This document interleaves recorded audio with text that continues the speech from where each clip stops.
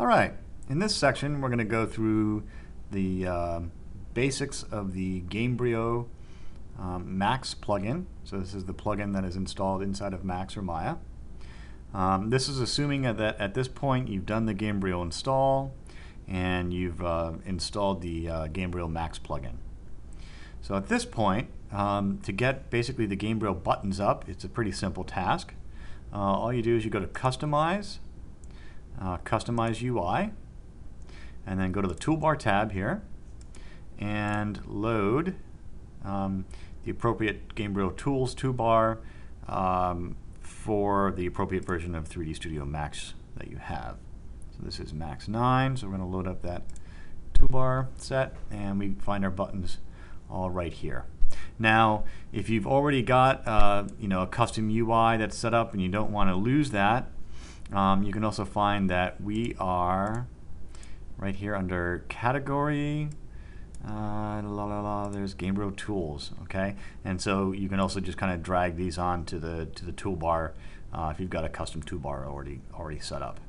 Anyways, once you get the buttons up, you want to go ahead and save this as the default UI, and that way they'll stay there the next time you load Max. So that's how you get the buttons up. The other way to basically make sure that our plugin is installed and make sure that you have the right version of the plugin, etc., is under the Utilities panel here. If you go to More, you'll see that the Gamebryo Max plugin is listed here.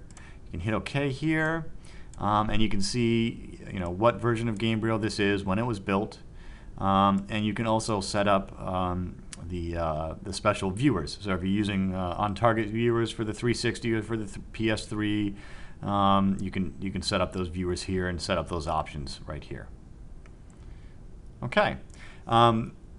To briefly go over what these buttons are, this button here is basically our export button. You make something and you export it, that's the button you want to use. This one will export selected. So this is if you've got a large scene and you want to only export a portion of the scene, you can export that by the Export Selected button here. This button here brings up the export dialog so that you can adjust the settings for when you export. Doesn't actually go ahead and finish the export though, so that's for when you want to just tweak the export settings. These next few buttons are viewer buttons, and what they do basically is they will export the scene to a temporary directory and launch one of our viewers. Mainly the asset viewer and the animation tool are the ones that are useful there.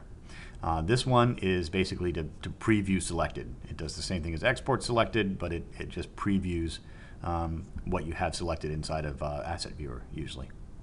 And again, that is according to what viewer you have set up over here.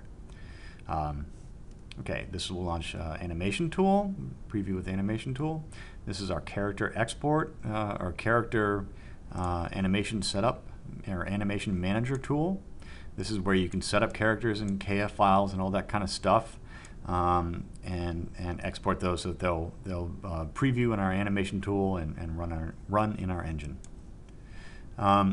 This is the keyframe compression utility, which is on by default, but if you have animations and you want to compress them so they take up less memory, this is the utility right there. This is our BoneLOD utility, and that is basically to set up BoneLOD, and BoneLOD is a system of reducing the amount of bones that influence a character, and it increases performance. This is regular level of detail. This is a portal utility. This is for this one right here is for setting up billboards, in other words, quads that kind of always face the camera. This is just a little nigh keep button, which will make sure that what you export does not get optimized. Let's see, this is one that will modify its Z read and Z write abilities. And these ones here add some special texture attributes. And this is our multi-NIF export button. So you can have one Max file that's got a lot of objects in it, and you can use this button to set up which objects will export to which NIFs. So you can export, say, 10 NIF files from one Max file. This one is sets up some geometry attributes, and not sure what these last two do.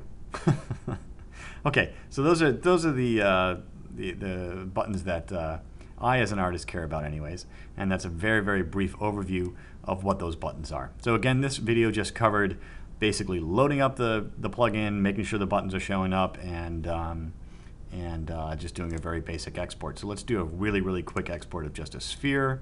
We make the sphere, we hit export here, and we give it a name. We don't want to call it skeleton because it's not a skeleton.